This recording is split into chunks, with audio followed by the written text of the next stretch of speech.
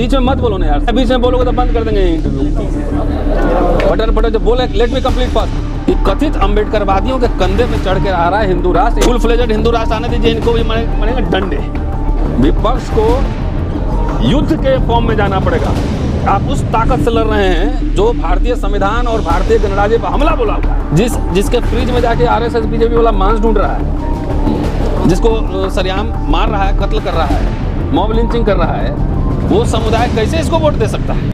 ममता जी को जेडीयू से सीख नहीं मिला, बीजेडी से सीख नहीं मिला, शिवसेना से सीख नहीं मिला, अकाली दल से सीख नहीं मिला।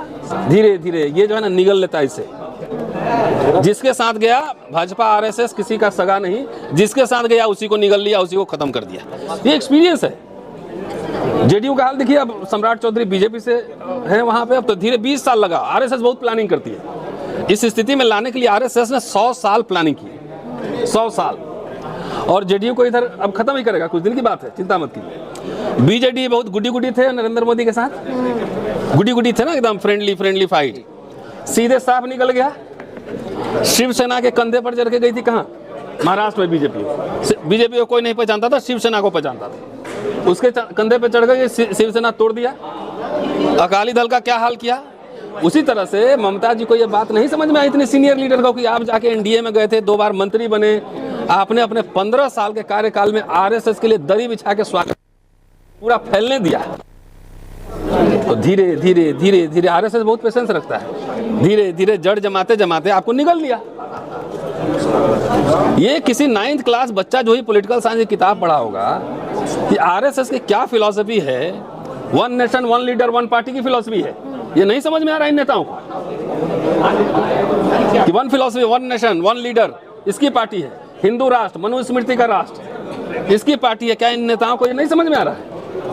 और खास तौर से तो मैं कई बार कह रहा हूं, आज भी कहा मैंने, कि कथित अम्बेडकरवादियों के कंधे पे चढ़ के आ रहा है हिंदू राष्ट्र। इन नेताओं को लगता है कि मैं लुटियन जोन के बंगले में रह रहा हूं। फुल फ्लेजेड हिंदू राष्ट्र आने दीजिए, इनको भी मरेंगे डंडे। तो बंगला से घसीट के निकालेगा। अभी जाके लुटियन जोन में देख लीजिए, सारे बड़े बड़े बिल्डिंग टूट रहे हैं, अपार्टमेंट बन रहे हैं। अब एमपी के लिए भी अपार्टमेंट है, बंगलो नहीं, लुटियन जोन में अपार्टमेंट में रहिए, 4 रूम के अपार्टमेंट में। तो जितने ही दलित नेता सब हिंदू राष्ट्र की पालकी ढो रहे हैं, जब फुल फ्लेजेड कमांड में पूरा मशीनरी आ जाएगा तो डंडे तो इन पे भी पड़ने हैं, चाहे अठावले हो, मांझी हो, चिराग पासवान हो, इनको भी पड़ने हैं। तब आपको याद करेंगे, तब आप सब पद याद करें न करें, हम तो बोलते ही रहेंगे। उसी तरीके से कथित समाजवादियों ने आरएसएस बीजेपी को पूरा फैलने का मौका दिया। इंदिरा गांधी के खिलाफ जो षड्यंत्र कर रहा था उसमें आरएसएस 1 नंबर था। सीआईए से मिला हुआ था सब। जॉर्ज फर्नांडिस उस समय 20 दिन का हड़ताल कर रहे थे, रेल हड़ताल। आज किसी माई के लाल में दम है तो कोई यूनियन 1 दिन का जो है रेल वाला 1 दिन खाली रेल रोक के दिखाए। किसके इशारे पर हो रहा था वो? जनता पार्टी की सरकार जो बनी है बेसिकली आरएसएस की सरकार थी। जयप्रकाश नारायण जो भाषा बोल रहे थे, तो आरएसएस का तो वो डिजाइन था, पूरा माफी भी मांग लिया। 10 दिन सब गया, जेल में रहा, माफी मांग के वापस आ गया, आज पेंशन ले रहा है। तो आरएसएस कौन सा संगठन है, क्या इन नेताओं को अगर पता नहीं है तो मुझे ताज्जुब है। मैं तो आज भी बोला कि नेहरू जी से गलती हुआ। बाबा साहब ने कहा था कि हिंदू राष्ट्र अभिशाप होगा, और आरएसएस बीजेपी से समझौता, जनसंघ से और हिंदू महासभा से समझौता नहीं होगा हमारा। अभी उस समय बीजेपी नहीं था, जनसंघ था।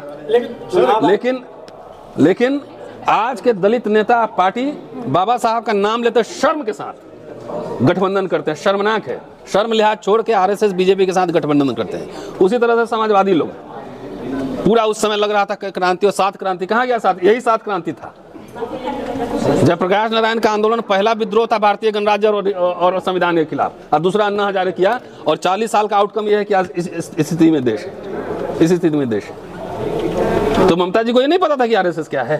नहीं, ममता बनर्जी कह रही है इस्तीफा नहीं दूंगी। अब नहीं देंगे तो कॉन्स्टिट्यूशनल क्राइसिस होगा, और क्या होगा। तो इस हिसाब से तो विपक्ष लड़ना बंद कर दे, जैसे आप पूरा बता रहे हैं कि जड़े जमा चुका है। नहीं, जमा चुका है। तो देखिए, इसी जड़े जमाए हुए सरकार और संगठन के खिलाफ 3 बड़े आंदोलन हुए। एक आंदोलन हुआ था SC/ST एक्ट वाला 2018 में, सरकार को अध्यादेश लाना पड़ेगा। दूसरा आंदोलन हुआ था रोस्टर के सवाल पर, सरकार को अध्यादेश लाना पड़ा था। तीसरा आंदोलन हुआ किसानों का, सरकार को झुकना पड़ा था। मेरा क्या कहना है, ये सरकार अभी भी झुकेगी, लेकिन जो पॉलिटिकल पार्टी, नेता, ऑपोजिशन है, वो सब आंदोलन के फॉर्म में आए, सिर्फ चुनाव लड़ने के फॉर्म में नहीं आए, 5 साल राजनीति करें, 5 साल संगठन बनाए, गांव-गांव संगठन बनाए, लोगों को आह्वान करें जेल भरो आंदोलन। देखते हैं कितना जेल बनाया है।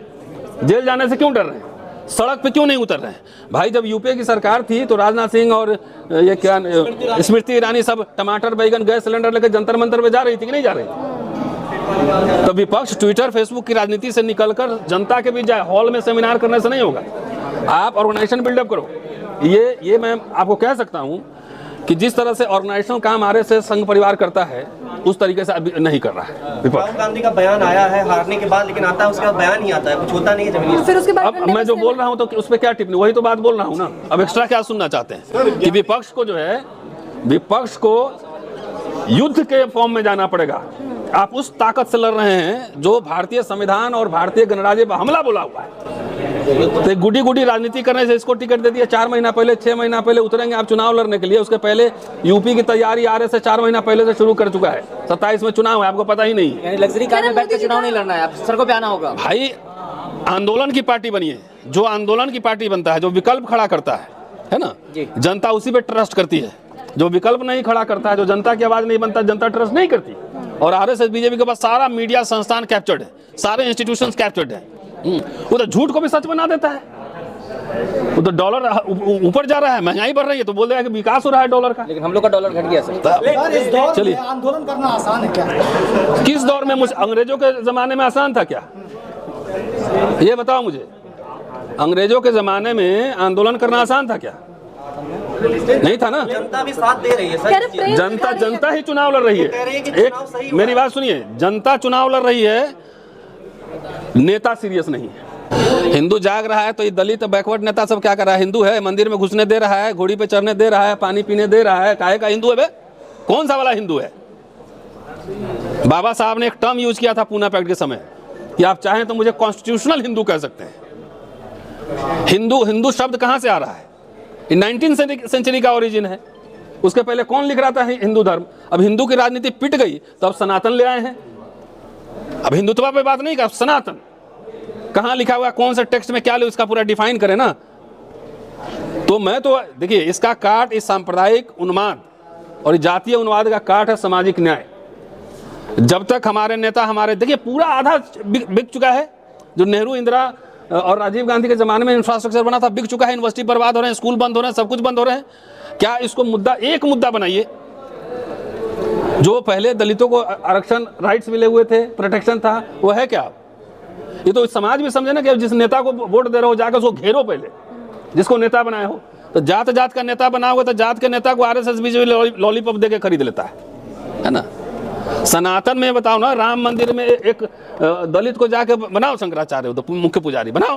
लेकिन टीएमसी आरोप लगा रही है कि कांग्रेस राहुल गांधी बी टीम है, ये बी टीम का काम किया है हमें हराने के लिए।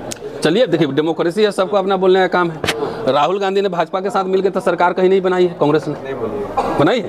प्रोफेसर साहब एक मिनट, एक आरोप तो कोई भी कुछ लगा सकता है। कांग्रेस पार्टी ने आरएसएस को बैन भी किया है, ये भी जानते हैं, 3 बार। कभी समझौता नहीं किया ना। लेकिन एक मिनट ठहरो। अरे यार, ममता जी बीजेपी सरकार में शामिल रही है कि नहीं रही है ना? उनके जमाने में आरएसएस वहां फैला है कि नहीं फैला है? इसकी 15 साल तो उनकी सरकार थी, कांग्रेस की तो वहां कुछ है भी नहीं। 1977 के बाद कांग्रेस का कुछ नहीं है 50 साल से।